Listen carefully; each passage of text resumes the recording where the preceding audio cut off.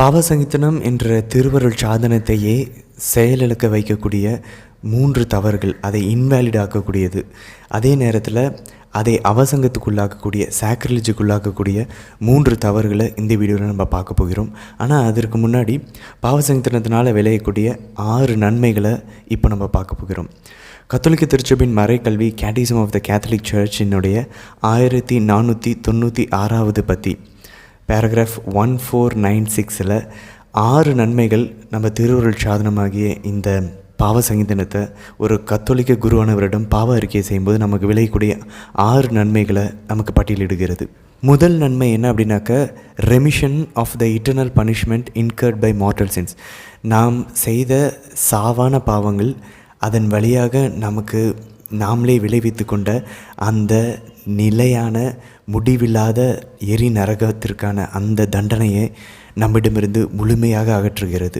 பைபிளும் சரி கத்தோலிக்க திருச்சபையின் மறைக்கல்வியும் தெளிவாக நமக்கு கற்பிக்கிறது. ஒரு சாவான பாவத்தோடு நாம் இறந்தோம் என்றால் கண்டிப்பாக நாம் நரகத்திற்கு செல்வோம் அப்படின்னு சொல்லி. அதே போல் அற்ப பாவங்கள் திருப்பலியிலே மன்னிப்பு, நம்ம உண்மையான மனத்துயரோடு மன்னிப்பு வேண்டும் போது திருப்பலியிலே மன்னிப்பு நமக்கு கிடைக்கிறது. ஆனாலும் அற்ப பாவங்களை கூட பாவ சங்கீதனத்தில் போய் ரெகுலராக கன்ஃபெஷனில் அறிக்கையிடுவது பரிந்துரைக்கப்படுகிறதாக கத்தோலிக்க திருச்சபையின் மறைக்கல்வி நமக்கு கற்பிக்கிறது.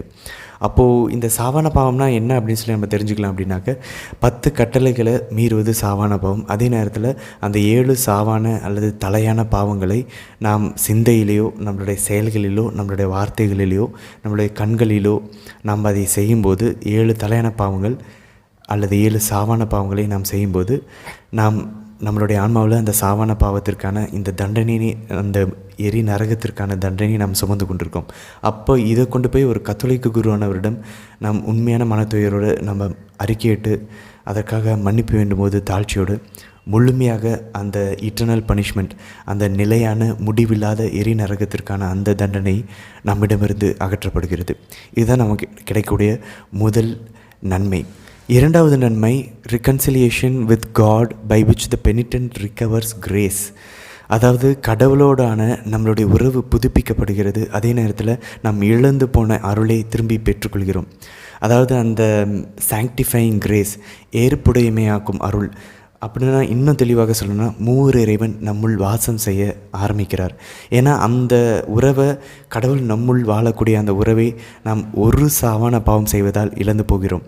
அதை நாம் இந்த பாவ அறிக்கையை செய்யும்போது அதை கத்தோலிக்க குருவானவர் ஆண்டவர் இயேசுவின் பிரதிநிதியாக இருந்து அதை திருச்சபையின் வல்லமையால் அதை மன்னிக்கும் போது, அதிகாரத்தால் அதை நமக்கு மன்னிக்கும் போது கடவுளோடான அந்த உறவை நாம் புதுப்பித்துக் கொள்கிறோம். நாம் இழந்து போன அருளை திரும்பி மீட்டு எடுத்துக்கொள்கிறோம். இது ஆங்கிலத்தில் ஸ்டேட் ஆஃப் கிரேஸ் அப்படின்வாங்க. அருள் நிலைக்கு நாம் திருப்பப்படுகிறோம். அப்போ நம்ம மூவர் இறைவன் நமக்குள்ளே வாசம் செய்யும்போது அந்த சாங்டிஃபைங் கிரேஸ், ஏற்புடைமையாக்கும் அருள் நம்ம இந்த பாவசங்கீதனத்தின் வழியாக நம்ம ஞானஸ்தானத்தின் போது பெற்றுக்கொண்ட அந்த அருளை திரும்பவும் புதுப்பித்து அதை நம்ம முழுமையாக பெற்றுக்கொள்ளும் போது இந்த பாவ அறிக்கையின் வழியாக அப்போது நம்ம செய்யக்கூடிய ஒவ்வொரு நற்செயல்களும், அப்போது நம்ம செய்யக்கூடிய ஒவ்வொரு ஜெபங்களும் தபங்களும் உபவாசங்களும் கடவுளுக்கு ஏற்புடையதாக இருக்கும், ப்ளீஸிங்காக இருக்கும். அப்போ நம்ம பாவசங்கீதம் செஞ்சுட்டு அதற்கப்புறம் நம்ம நற்கனை பெறும்போதோ, ஜெபமாலை ஜபிக்கும் போதோ, இல்லை விவிலியம் வாசிக்கும் போதோ, இல்லை ஒரு நல்ல இறக்கம் உள்ள ஒரு காரியத்தை நம்ம செய்யும்போதோ, நற்செயல்களை செய்யும்போது அப்பொழுதுதான் அது கடவுளுக்கு முழுமையாக ஏற்புடையதாக இருக்கிறது. அப்போ நம்ம பாவசங்கீதம் செய்யாமல் ஆன்மாவில் பாவத்தை கொண்டு நம்ம எந்த காரியங்கள் செஞ்சாலும், எந்த ஜெபங்கள் செஞ்சாலும், எத்தனை நற்கருணைகளும் திருப்பலிகளும் பெற்றுக்கொண்டாலும் அது கடவுளுக்கு ஏற்புடையதாக இருக்காது. இந்த கடவுளோட உறவை புதுப்பித்து கொண்டு நம்மளுடைய அருளை நம்ம திரும்ப மீட்டெடுக்கும்போது, நம்ம ஸ்டேட் ஆஃப் கிரேஸ்க்கு, அருள் நிலைக்கு நம்ம திருப்பப்படும் போது நம்மளுடைய நோய்கள் குணமாகும், நம்மளுடைய எழுந்து போன ஆசீர்வாதங்கள் நம்ம திரும்பி மீட்டெடுப்போம், வாழ்வில் இருக்கக்கூடிய தடைகள் எல்லாமே நீங்க ஆரம்பிக்கும். நம்ம ஆண்டவருடைய நற்செய்தியில் கூட நம்ம பார்க்கலாம். சக்கையை மன்னிக்கும் போது அவருடைய குடும்பம் ஆசீர்வதிக்கப்படுகிறது. அதே போல் நடக்க முடியாதவர்கள், பார்வையற்றவர்களுடைய உடல் நோய்கள் ஆண்டவர் அவர்களுடைய பாவங்களை மன்னிக்கும் போது குணமாகிறத நம்ம பார்க்குறோம். அதே போல் நம்மளுடைய வாழ்வில் இருக்கக்கூடிய தடைகளும் விலகும். ஒன்ஸ் நம்ம ஒரு முறையாவது கத்தோலிக்க குருவானவரிடம் சென்று உண்மையான மனத்துயரோடு பாவ அறிக்கை செய்து நம் பாவங்களை மன்னிப்பு பெறும்போது, ஆண்டவரோட உறவை நாம் புதுப்பித்து கொள்ளும்போது அருளை நாம் பெற்றுக்கொள்கிறோம். அந்த அருளோடு சேர்ந்து உலக பிரகாரமான ஆசீர்வாதங்களும் நமக்கு வரும். இதுதான் இரண்டாவது நன்மை. மூன்றாவது நன்மை, நம் ஆண்டவரோடு உறவை புதுப்பித்து கொள்ளும்போது உறவில் ஈடுபடும் போது திருச்சபையோடு நம்மளுடைய உறவை புதுப்பித்துக் கொள்கிறோம். ரீகன்சிலியேஷன் வித் த சர்ச், இதுதான் மூன்றாவது நன்மை. ஆண்டவர் இயேசுதான் தலையாக இருக்கிறார். நம்மளுடைய திருச்சபை அவருடைய உடலாக இருக்கிறது. அதனுடைய உறுப்புகளாக நாம் இருக்கிறோம். ஆண்டவருடைய ஒரே உடலினுடைய ஒரே உறுப்புகளாக நம்ம எல்லாருமே இருக்கும்போது நம்ம பாவசங்கரம் செஞ்சு தலையாகிய இயேசு கிறிஸ்துவிடம் ஆண்டவரிடம் நாம் ஒன்றிணையும் போது அதே நேரத்தில் நம்ம திருச்சபையோடு ஒன்றிணைகிறோம். அப்போ திருச்சபையில் இருக்கக்கூடிய எல்லா அந்த வல்லமையும் அதிகாரங்களும் நம்மளுடைய வாழ்வில் செயல்பட ஆரம்பிக்கும். அப்போ நம்ம காணக்கூடிய திருப்பலி, நம்ம பங்கெடுக்கக்கூடிய ஒவ்வொரு நற்கருணை, நம்ம செய்யக்கூடிய ஜெபமாலைகள், வாசிக்கக்கூடிய விவிலியங்கள், நம்ம செய்யக்கூடிய நற்செயல்கள் எல்லாமே பலன் தரும். அப்படின்றப்ப நம்ம திருச்சபையோடும் ஆண்டவரோடும் இணைந்து உறவில் இருக்கும்போது ஆண்டவருக்கு நம்ம ஏற்புடையவராக இருப்போம், ப்ளீஸிங்காக இருப்போம். ஆண்டவருக்கு ப்ளீஸிங்காக இருந்து ஏற்புடையவராக பிடித்தவர்களாக இருந்து நம்ம செய்யக்கூடிய எல்லா நற்செயல்களும், ஜெபங்கள், தவங்கள், ஒருத்தல் முயற்சிகள் 100% பலனை தரும். அப்போ ஒரு பாவசனை செஞ்சு ஆன்மாவில் இருக்கிற எல்லா பாவக்கரைகளையும் கழுவிட்டுட்டு நம்ம செய்யக்கூடிய சாதாரண உலக பிரகாரமான வேலைகள், நம்ம செய்யக்கூடிய ஜெபங்கள், தான தர்மங்கள் எல்லாமே முழு பலன் அளிக்கும். அப்போது நம்மளுடைய மூன்றாவது நன்மை, திருச்சபையோடு நம் உறவை புதுப்பித்துக் கொள்கிறோம், உறவில் ஈடுபடுகிறோம். நான்காவது ரொம்ப முக்கியமான ஒரு நன்மை அப்படின்னு சொல்லி பார்த்தோம் அப்படின்னாக்க, நம்மளுடைய இந்த போராட்டம், பாவத்திற்கு எதிரான, நம்ம எந்த பாவத்தை அறிக்கையிட்டோமோ அந்த பாவத்திற்கு எதிரான போராட்டத்திற்கு தேவையான ஆன்மீக பலனை இந்த பாவ அறிக்கை என்ற பாவசங்கீதம் என்ற திருவருட் சாதனத்திலிருந்து நாம் பெற்றுக்கொள்கிறோம். an increase of spiritual strength for the Christian battle. அப்போது நம்ம ஒரு சில பாவங்களை நம்ம அறிக்கையிட திரும்பி நம்ம செய்வோம், அந்த பாவத்தில் விழுந்துருவோம். ஆனால் திருப்பி அதை நம்ம அறிக்கையிட பாவசங்கீதத்தின் என்ற அந்த திருவருட் சாதனத்தை அணுக கொஞ்சம் கொஞ்சமாக 1 மாதம், 2 மாதம், 1 வருடம், 2 வருடம், கொஞ்சமாக அந்த செய்து கொண்டிருக்கிற அந்த பாவத்தை விடுவதற்கு, அதற்கு எதிரான போராட்டத்தில் தேவையான ஸ்பிரிச்சுவல் ஸ்ட்ரென்த், ஆன்மீக பலத்தை இந்த திருவருட் சாதனத்திலிருந்து நாம் பெற்றுக்கொள்கிறோம். இதுதான் நான்காவது முக்கியமான நன்மை. அப்போ ஒரு சில பாவங்கள்லேருந்து என்னால் இன்னும் கோபத்தை கட்டுப்படுத்த முடியல, என்னால் இன்னும் சோம்பேறித்தனத்தை விட்டு வெளியே வர முடியல, இல்லை நிறைய அதிகமாக சாப்பிட்றேன், இந்த மாதிரியான பாவங்கள், இல்லை இச்சைக்குரிய பாவங்கள்லேருந்து, அடிமைத்தனத்திலேருந்து வெளியே வர முடியல அப்படின்னாக்க நாம் செய்ய வேண்டியது ஒன்று தான். அடிக்கடி பாவசங்கீதம் செல்ல வேண்டியது. குறைஞ்சது ஒரு மாதத்திற்கு ஒரு முறையாவது முதல் சனிக்கிழமைகளை நாம் தேர்ந்தெடுத்து பாவசங்கம் செய்யக்கூடிய நாளாக நாம் அதை தேர்ந்தெடுத்து மாதம் ஒரு முறை அல்லது வாரம் ஒரு முறையாவது நம்ம பாவசங்கீதம் செய்ய துவங்கும் போது அந்த பாவத்தை விட்டு வெளியே வருவதற்கான அந்த அருளை நாம் அந்த பாவசங்கீதம் என்ற அந்த திருவருள் சாதனத்திலிருந்தே நாம் பெற்றுக்கொள்கிறோம். ஐந்தாவது முக்கியமான நன்மை என்ன அப்படின்னாக்க, இனம் புரியாத மிக அதிகமான மன அமைதியை நம்மளுடைய மனசாட்சியில் பெறுகிறோம். அதே நேரத்தில் ஆன்மீக ஆறுதலையும் நாம் பெறுகிறோம். Peace and serenity of conscience and spiritual consolation, இதுதான் ஐந்தாவது முக்கியமான ஒரு நன்மையை நாம் பெறுகிறோம். அதாவது நம்ம ஒரு சில விஷயங்கள் நம்ம உண்மையிலே கடவுள் கூட நம்ம உறவில் இருக்கோமா, நம்ம செஞ்சது சரிதானா தப்பு தானா, இப்படிப்பட்ட ஒரு குழப்பங்களில் நம்ம இருக்கும்போது நம்ம செய்யக்கூடிய காரியங்களில் நம்ம ஆசீர்வாதத்தை பார்க்க முடியாது. அப்போது மனக்குழப்பங்கள் இருக்கா, மனத்தில் ஒரு குற்ற உணர்வு இருக்கா, பாவசங்கடம் செஞ்சுட்டு நம்ம வெளியே வந்தோம் அப்படின்னாக்க இன்னும் புரியாத நம் புரிதலையெல்லாம் கடந்த ஒரு மன அமைதி நம்மளுடைய மனசாட்சியில் இருக்கும். அதே நேரத்தில் ஆன்மீக ஆறுதல், ஸ்பிரிச்சுவல் கான்சலேஷனையும் நாம் பெற்றுக்கொள்கிறோம். இதுதான் ஐந்தாவது நன்மை. ஆறாவது நன்மை என்ன அப்படின்னு சொல்லி பார்த்தோம் அப்படின்னாக்க, நம்மளுடைய நிலையான முடிவில்லாத அந்த எரி நரகத்திற்கான தண்டனை அகற்றப்படுகிறது நம்ம பார்த்தோம். அதே நேரத்தில் ஒரு சில குறைந்தபட்சமான நம்மளுடைய தற்காலிக தண்டனையும் நம்மிடமிருந்து அகற்றப்படுகிறது. அது ஆங்கிலத்தில் remission at least in part of temporal punishments resulting from sin. நம்மளுடைய சாவான பாவம் அல்லது அற்ப பாவத்தினால் நமக்கு ஏற்படக்கூடிய தற்காலிகமான தண்டனைகளினுடைய ஒரு சில அளவுகள் குறைக்கப்படுகிறது. இன் பார்ட் தான், முழுமையாக நம்மளுடைய அந்த டெம்பரல் பனிஷ்மெண்ட்ஸ் தற்காலிக தண்டனைகள் அகற்றப்படுவதில்லை. அப்படின்னாக்க இதை நம்ம எப்படி அப்போ அகற்றிக்கொள்வது? அப்போ பாவசங்கடம் செஞ்சு கூட அந்த பாவத்தினால், நம்ம செய்த பாவத்தினால் இயற்கையாகவே விளையக்கூடிய ஒரு சில தற்காலிகமான தண்டனைகளை நம்ம எப்படி அப்போ அதிலிருந்து நம்ம விடுதலை பெறுவது அப்படின்னு சொல்லி நம்ம கேட்டோம்னா, கத்தோலிக்க திருச்சபையின் மறைக்கல்வி 1473 1473 அப்படின்ற பேராகிராஃபில் தெளிவாக கூறுகிறது. இந்த தற்காலிகமான தண்டனைகளிலிருந்து, நம்மளுடைய நிலையான முடிவில்லாத எரிநரகத்தின் தண்டனையிலிருந்து பாவ சங்கீதத்தின் வழியாக நம்ம விடுதலை பெறுகிறோம். ஆனால் அது தற்காலிக தண்டனை, டெம்பரல் பனிஷ்மெண்ட்ஸ்லேருந்து நம்ம விடுதலை பெறணும் அப்படின்னாக்கா நம்ம செய்ய வேண்டியது 3 விஷயங்கள். ஒன்று ஜெபமாலைகள் ஜெபிப்பது, விவிலியம் வாசிப்பது, அல்லது இந்த பேறு பலன்களை அடைவது, இன்டெலிஜென்ஸ் வழியாக ஜெபிப்பதன் வழியாக, திருப்பலிகள் ஒப்புக் கொடுப்பதன் வழியாக, ப்ரேயர் வழியாக நம்ம இதிலிருந்து விடுதலை பெறலாம். இரண்டாவது, நம்ம பரிகாரங்கள் செய்வது, பெனன்சஸ் பண்ணுவதன் மூலியமாக, ரெப்பரேஷன் பரித்தியாகங்கள் செய்வதன் மூலியமாக, இந்த பேறு பலன்களின் வழியாக நம்ம கண்டிப்பாக நம்மளுடைய இந்த தற்காலிக தண்டனையிலிருந்து விடுதலை பெறலாம். ஸோ ஜெபம் அல்லது பெனன்ஸ், ப்ரேயர் அல்லது பெனன்ஸ். மூன்றாவது, works of mercy and charity, இரக்கம் மற்றும் நற்செயல்களின் வழியாக நாம் இந்த மற்றவங்களுக்கு உதவி செய்வதன் மூலியமாக, ஏழைகளுக்கு உணவளிப்பது, இல்லை நம்ம ஒரு சில நோயாளிகளை போய் சந்திப்பது, இந்த மாதிரி இரக்க செயல்கள் செய்வதன் மூலியமாகவும் நாம் இந்த தற்காலிக தண்டனையிலிருந்து விடுதலை பெறலாம். அப்போ நமக்கு கிடைக்கக்கூடிய 6 நன்மைகள் என்ன அப்படின்னு பார்த்தோம் அப்படின்னாக்க, நம்மளுடைய நிலையான முடிவில்லாத நரகத்திற்கான தண்டனைகளிலிருந்து, நம்மளுடைய சாவன பாவத்தினால் நமக்கு விளையக்கூடிய அந்த தண்டனையிலிருந்து நமக்கு விடுதலை கிடைக்கிறது, அகற்றப்படுகிறது. இரண்டாவது, ஆண்டவரோடு நம்முடைய உறவு புதுப்பிக்கப்பட்டு நம்ம இழந்து போன அருள்களையும் ஆசீர்வாதங்களையும் நாம் பெற்றுக்கொள்கிறோம். இதனால் நோயிலிருந்தும் நம்மளுடைய வாழ்வின் தடைகளிலிருந்தும் எல்லா பிரச்சனைகளிலிருந்தும் நமக்கு விடுதலை கிடைக்கிறது. மூன்றாவது, திருச்சபையோடு நம்ம உறவு புதுப்பிக்கப்படுகிறது, திருச்சபையோடு நம்ம உறவில் ஈடுபடுகிறோம். நான்காவது, நம்மளுடைய எல்லா போராட்டங்களுக்கு எதிரான தேவையான ஸ்பிரிச்சுவல் ஸ்ட்ரென்த், ஆன்மீக பலன் நமக்கு ஊற்றப்படுகிறது. ஐந்தாவதாக, நமக்கு நம்மளுடைய புரிதலை எல்லாம் கடந்த மிக பெரிய ஒரு மன அமைதி நம்மளுடைய மனசாட்சியிலும் ஆன்மாவிலும் ஊற்றப்படுகிறது. அதே நேரத்தில் ஆன்மீக ஆறுதல், ஸ்பிரிச்சுவல் கான்சலேஷனும் நமக்கு கிடைக்கிறது. ஆறாவது, நம்மளுடைய தற்காலிக தண்டனையினுடைய ஒரு சில பகுதிகள் நமக்கு மன்னித்து அகற்றப்படுகிறது. டெம்பரல் பனிஷ்மெண்ட்ஸ் ஒரு சிலது அகற்றப்படுகிறது.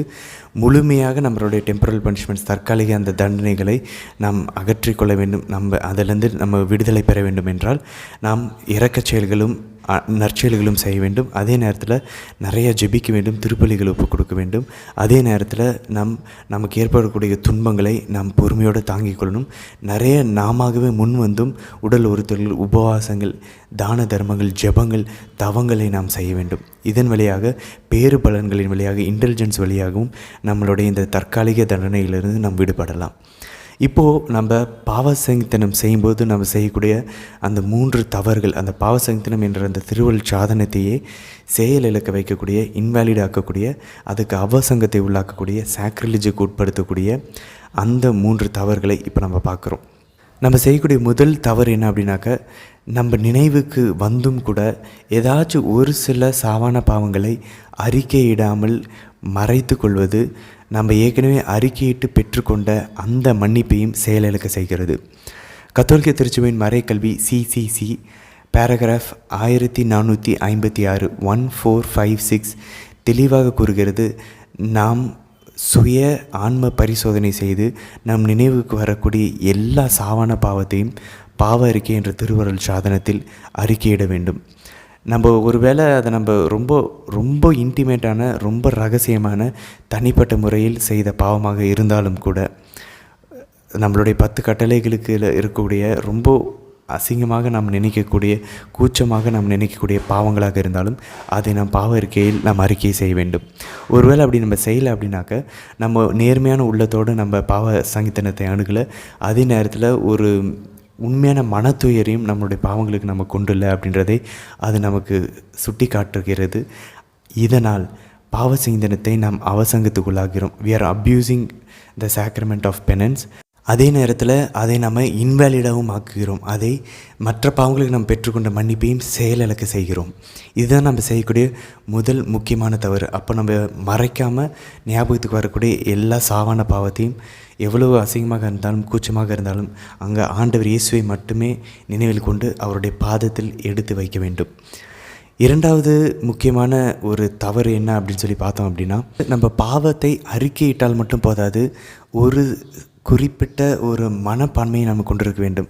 அது கத்தோலிக்க திருச்சபையின் மறைக்கல்வி 1451 தெளிவாக நமக்கு கூறுகிறது. 3 விதமான ஒரு மனப்பான்மையை நம்ம கொண்டிருக்க வேண்டும். அதை என்ன அப்படின்னு சொல்கிறாங்க பார்த்தாங்க, முதல்ல வந்து நம்ம ஆன்மாவில் துயரத்தை கொண்டிருக்க வேண்டும். நம்ம செஞ்ச பாவத்துக்கு மன துயரம் கொண்டிருக்கணும், வருத்தப்படணும். அந்த வருத்தம் வந்து 2 காரணங்களாக இருக்கலாம். ஒன்று வந்து பர்ஃபெக்டாக இருக்கணும். பர்ஃபெக்டான வருத்தம் அப்படின்னாக்கா, பர்ஃபெக்ட் கன்ட்ரிஷன் அப்படின்னாக்கா, ஆண்டவரை காயப்படுத்துறது, இனி நான் அதை செய்ய மாட்டேன் அப்படின்றது பர்ஃபெக்ட் கன்ட்ரிஷன். இதை நம்ம எல்லாரும் அடைய போவதில்லை. அது ஆண்டவருடைய பாடுகளை தியானித்து கொஞ்சம் கொஞ்சமாக தான் அதை நம்ம அடைய முடியும். நம்ம இம்பர்ஃபெக்ட் கன்ட்ரிஷன் கூட கொண்டிருக்கலாம். இம்பர்ஃபெக்ட் கன்ட்ரிஷன் அப்படின்னாக்க, ஒருவேளை நம்ம அந்த பாவம் செஞ்சதுனால நமக்கு விளைந்த பிரச்சனைகள், அதனால் நமக்கு கிடைச்ச அந்த துர்பாக்கியங்கள், சாபங்கள், இதை பார்த்து இனி இதை நான் செஞ்சுருக்கக்கூடாது அப்படின்னு சொல்லி நம்ம ஒரு மனத்துயர் அடையலாம். இது இம்பர்ஃபெக்ட் கன்ட்ரிஷன். எதர் பர்ஃபெக்ட் அல்லது இம்பர்ஃபெக்ட். கடவுளை காயப்படுத்துறதுனாலையோ அல்லது இந்த பாவத்தினால் வரக்கூடிய பிரச்சனைகள், அடிமைத்தனங்கள், இதனால் நான் மனத்துயர் அடைகிறேன் அப்படின்னாலும் அது திருச்சபை ஏற்றுக்கொள்கிறது, சரி என்று கூறுகிறது. அப்போது முதல்ல நம்ம மனத்துயர் அடையணும். இரண்டாவது, அந்த பாவத்தை வெறுக்க வேண்டும். டிட்டஸ்டேஷன் ஆஃப் த சின். அந்த பாவத்தை வெறுக்க வேண்டும். மூன்றாவது, இந்த பாவத்தை திரும்பவும் செய்ய மாட்டேன், இந்த பாவத்தை நான் திரும்ப செய்ய மாட்டேன் அப்படின்ற ஒரு தீர்மானம் எடுக்க வேண்டும். இதை நம்ம எல்லாருமே எடுப்போம். அதை நம்ம சும்மா வாயில் நினச்சி கொள்வோம், இல்லை மனசில் சொல்லுவோம். ஆனால் இப்படி இல்லாமல் தீர்மானம் எடுப்பது, ஒருவேளை அந்த சூழ்நிலை என்னை பாவத்துக்கு தள்ளுகிறது அப்படின்னாக்கா அந்த சூழ்நிலையை நான் தவிர்க்க போகிறேன். இல்லை இந்த பாவத்தை திரும்பவும் நான் பாவத்தை செஞ்சதுக்கப்புறம் செய்யாமல் இருக்கிறதுக்கு நான் இதெல்லாம் செய்ய போகிறேன் அப்படின்னு சொல்லி நம்ம ஒரு பட்டியலிட வேண்டும். இதுதான் கரெக்டான ஒரு ரெசல்யூஷன். ஸோ 1451 அப்படின்ற கத்தோலிக்க திருச்சபையின் மறைக்கல்வியின் அந்த பேராகிராஃப் நமக்கு தெளிவாக இந்த 3 விஷயங்களை ஒரு நல்ல மனப்பான்மை, பாவ சங்கீதத்தை அணுகக்கூடிய ஒரு சரியான மனப்பான்மையாக நமக்கு எடுத்துக்காட்டுகிறது. அப்போது சாரோ ஃபார் சின், பாவத்திற்கான பர்ஃபெக்ட் அல்லது இம்பர்ஃபெக்ட் மனத்துயர். டெட்டஸ்டேஷன் ஆஃப் த சின், பாவத்திற்கான ஒரு அருவருப்பு. மூன்றாவது, resolution not to sin again, பாவத்தை திரும்ப செய்ய மாட்டேன் என்ற தீர்மானம். மூன்றாவது தவறு, நம்ம பாவசங்கீதத்தை எப்போ செயலிழக்க வைக்கிறோம் அல்லது அவசங்கத்துக்கு உள்ளாக்குறோம் என்றால், ஒரு விஷயம் பாவமாக இல்லையா என்ற குழப்பம். நம்ம ஒரு விஷயம் செஞ்சிட்டோம் தெரியுது, இது உண்மையே தப்பாக இல்லையா அப்படின்ற அந்த ஒரு குழப்பத்தோடவே போயிட்டு அது பாவசங்கீதத்தில் அறிக்கையிடாமல் திரும்பி வந்து விடுவது. ஏன்னா ஒருவேளை அது சாவான பாவமாக இருக்கலாம். அந்த குழப்பமே தூய ஆவியானவர் தரக்கூடிய ஒரு ஒரு ஒரு ஒரு குற்ற உணர்வாக இருக்கலாம்.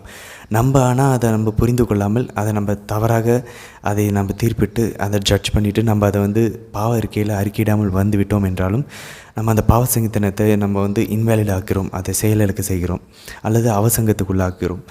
அப்போது ஒருவேளை நமக்கு ஒரு விஷயம் குழப்பமாக இருந்தாலும் அதை நம்ம போய் கத்தோலிக்க குருவானவரிடம் அதை அறிக்கையிட்டு அதை நாம் வெளிப்படுத்தி விட வேண்டும். அது பாவமாக இல்லையா என்று அவர் அதை முடிவெடுப்பார். இந்த மூன்றாவது தவறையும் நாம் தவிர்க்க வேண்டும். அப்போ நம்ம பாவசங்கீதத்தை செயலிழக்க வைக்கக்கூடிய அல்லது அவசங்கத்துக்கு உள்ளாக்கக்கூடிய 3 தவறுகள்: 1, சாவான பாவத்தை தெரிந்தே நாம் மறைத்து விடுவது. 2வது, சரியான மனப்பான்மையோடு பாவசங்கீதத்தை அணுகாமல் இருப்பது. அதாவது பாவத்துக்கு மனத்துயர், அது ஒன்று பர்ஃபெக்டாக இருக்கலாம் அல்லது இம்பர்ஃபெக்டாக இருக்கலாம். பாவத்தின் மீதான அந்த வெறுப்பு அல்லது பாவத்தை விடுவதற்கு தேவையான இதெல்லாம் நான் செய்ய போகிறேன், இந்த சூழ்நிலைகளெலாம் நான் தவிர்க்க போகிறேன் அப்படின்ற சரியான தீர்மானத்தை எடுத்து அதை பாவசங்கீதம் முடிஞ்சோன்னே அதை நாம் கடைப்பிடிக்க நாம் முழுமையாக அந்த ஒரு மன உறுதியை நாம் கொண்டு இல்லாமல் ஏனோதானோ என்று போய் பாவசங்கீதம் செய்யும்போது. 3வது, ஒரு விஷயம் பாவமாக இல்லையா என்ற குழப்பத்தோடே பாவசங்கீதத்துக்கு போயிட்டு அந்த விஷயத்தை நாம் அறிக்கையிடாமல் திரும்பி வருவது. நாம் அந்த பாவசங்கீதத்தை செயலிழக்க செய்கிறோம். நம்ம ஏற்கனவே பெற்றுக்கொண்ட அந்த மன்னிப்பையும் செயலிழக்க செய்கிறோம். பாவத்து சங்கீதத்தை அவசங்கைக்கு உள்ளாக்கிறோம். பாவசங்கீதத்தினால் நமக்கு விளையக்கூடிய 6 நன்மைகளை கருத்தில் கொண்டு திருத்தி கொள்ள வேண்டிய அந்த 3 தவறுகளை திருத்தி கொண்டு நல்ல ஒரு பாவசங்கீதத்தை செய்து ஆண்டவர் இயேசுவினுடைய அன்பு சீடர்களாய் வாழ இந்த கிறிஸ்தவ வாழ்வின் போராட்டத்தை தொடர்ந்து நம்பிக்கை இழக்காமல் போராட முயற்சிப்போம். ஆமேன்.